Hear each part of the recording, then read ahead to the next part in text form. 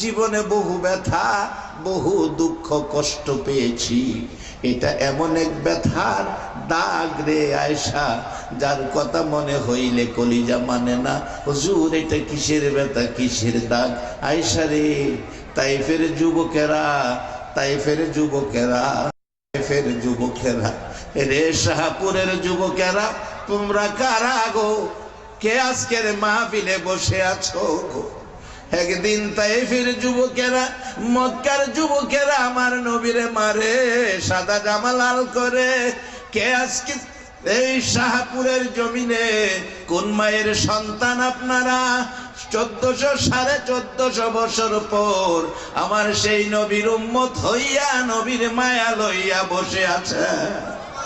আজকে যদি আমার নবী দুনিয়ার জমিনে থাকতো, এই অবস্থা যদি আমার নবী একটা নজর দেখতো, আমার মন কয় যায়েদ ইবনে হারেসার মতো নবী আপনাদেরকে সঙ্গী বানাইয়া নিত।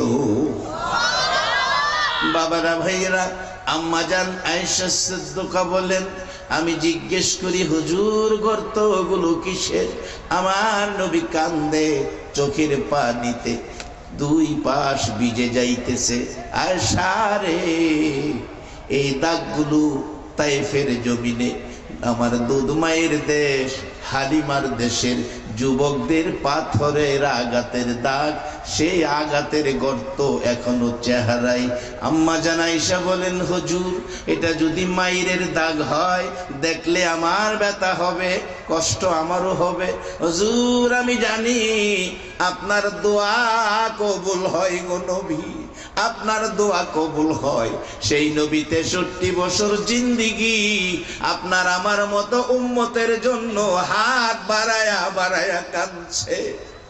আজকে সেই নবীর উম্মত হইয়া, নবীর আদর্শ নিয়ে জান্নাতি হওয়ার জন্য একটু সময় এই মাহফিলে দেওয়া, বলুন আপনাদের দরকার আছে কিনা?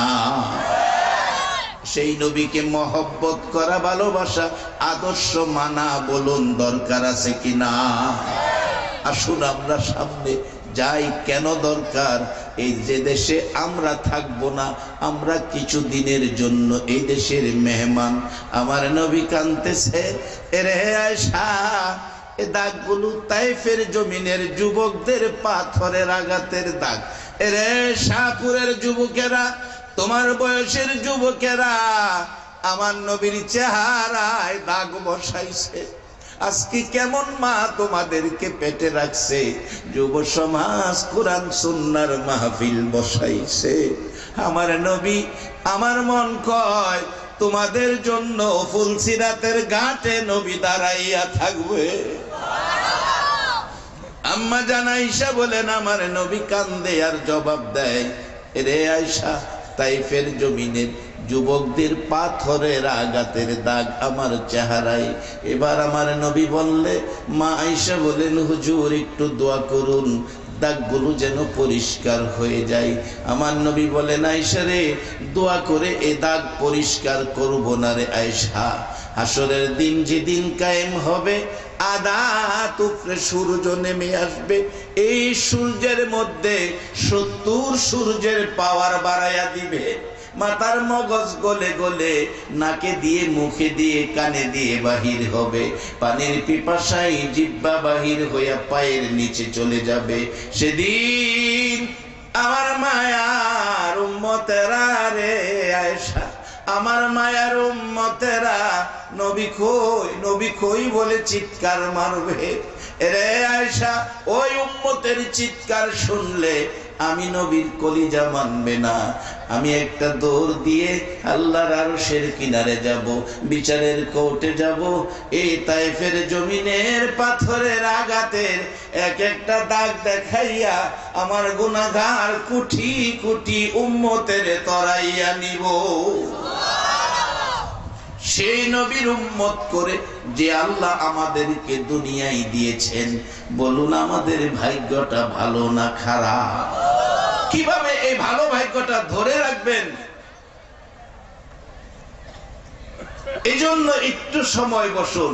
আমি কোরআন থেকে, হাদিস থেকে যা তেলাওয়াত করেছি, আল্লাহ যেটুকু তৌফিক দিবেন আপনাদেরকে বোঝানোর চেষ্টা করব।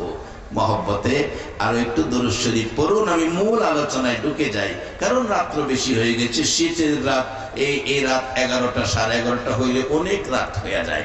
কম সময়ে বেশি কথা আমি আপনাদের সামনে নিয়ে আসব, আল্লাহ যদি আমাকে তৌফিক দেয়। বলবেন হুজুর কম সময়ে বেশি কথা কেমনে নিয়ে আসবেন? এটার কৌশল আমি শিখছি। এখন দেখবেন রাস্তাঘাট জায়গায় জায়গায় খুব সুন্দর রাস্তাঘাট, যানজট যাতে না হয়, বড় বড় শহরের সাইডে দিয়া রাস্তা কইরা দিছে, এটারে কয় বাইপাস। জামে পায় না বাইপাস দা জায়গা গাড়ি, তা আমিও খালি বাইপাস দা যামুগা, মূল কথাগুলো লইয়া এই শহরের ভিতরে যানজটও যাইতাম না, বাইপাস দা যামুগা। আর আমরা যেই নবীর উম্মত, আমরা যানজটও আল্লাহ নিতই না, বাইপাস দেই আমরা জান্নাতে দিয়া দিব ইনশাআল্লাহ।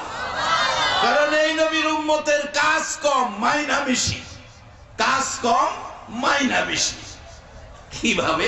এই আগে শেষ করি কেমনে। যেমন একটা বললাম, নবী বলছে মাজলিসু ফিকহিন খায়রুম মিন ইবাদাতি 60 সানা। এই কোরআন সুন্নাহর এক মাজলিসের মেহমানকে আমার আল্লাহ 60 বছর ইবাদতের চেয়ে বেশি নেকি দান করে। একটু সময়ের মেহমান 60 বছর ইবাদতের নেকি। বলবেন হুজুর কেন? আমরা যে হায়াত কম, হায়াত কম হইলেও অন্য নবীর উম্মতের চাইতে আমরা আখিরি নবীর উম্মতের দাম কি কম? মুসলমান কও না কেন? অন্য নবীর উম্মতের চাইতে আখিরি নবীর উম্মতের দাম বেশি না কম? একবার বলুন আল্লাহু আকবার। এটা তো আমরার ঘোষণাই বেশি না, আল্লাহ নিজেই কইছে বেশি। কুনতুম খায়রা উম্মাতিন উখরিজাত লিন-নাস। আবার বলুন আল্লাহু আকবার। শুধু নবীর হাদিস না, কোরআনেও কি কয়? লাইলাতুল কদরি খায়রুম মিন আলফি শাহর। রাত্র একটা নাম কদর, বাজেট 1000 মাসের চাইতে বেশি নাকি। 1000 মাসে 83 বছর 4 মাসের উপরে হয়। 83 বছর তো বাঁচার আশাই করতারি না, এক রাইতে বলে 83 বছর। এই নবীর উম্মত হইয়া কম সময়ে কম কাজে মাইনা বেশি। আরো দেখেন কি সুন্দর মাইনা। আসেন একটু মদিনায় যাই। মদিনার ঘটনা কি সুন্দর ঘটনা। মদিনায় এক মেয়ে খুব সুন্দরী, মেয়ের বিয়ের প্রস্তাব আসে শত শত। বাবা কয় সমস্যায় পড়লাম। মেয়ে কয় বাবা সমস্যার কিছুই নাই, সমাধান আছে। কি? আপনি প্রস্তাব করবেন, ছেলেরা যারা বিয়ের জন্য আসবে একটা দিন তারিখ দেন, এই তারিখে আসো, তোমাদের ইন্টারভিউ নেওয়া হবে, ইন্টারভিউতে যে টিকবা তার কাছে আমার মেয়ে বিয়ে দিব। এই ইন্টারভিউ তারিখে সুন্দরী মেয়ে বিদায়, হাজার হাজার যুবক আইসা হাজির। এখন ইন্টারভিউ কি? মেয়ে শিখাইয়া দিছে বাবারে, বাবা আপনি খালি বলেন যে আমার মেয়ে বিয়ে করতে হলে সারা রাত নামাজ যাই পড়বো, সারা বছর রোজা যায় রাখবো, তার কাছে আমার মেয়ে বিয়া দেয়। যেই খালি কইছে সারা রাত নামাজ পড়বো, সারা বছর রোজা রাখবো, তার কাছে বিয়া দিব। এবার আপনারা ফাইসালা দেন, তখন বিয়া করেন না আর আছে?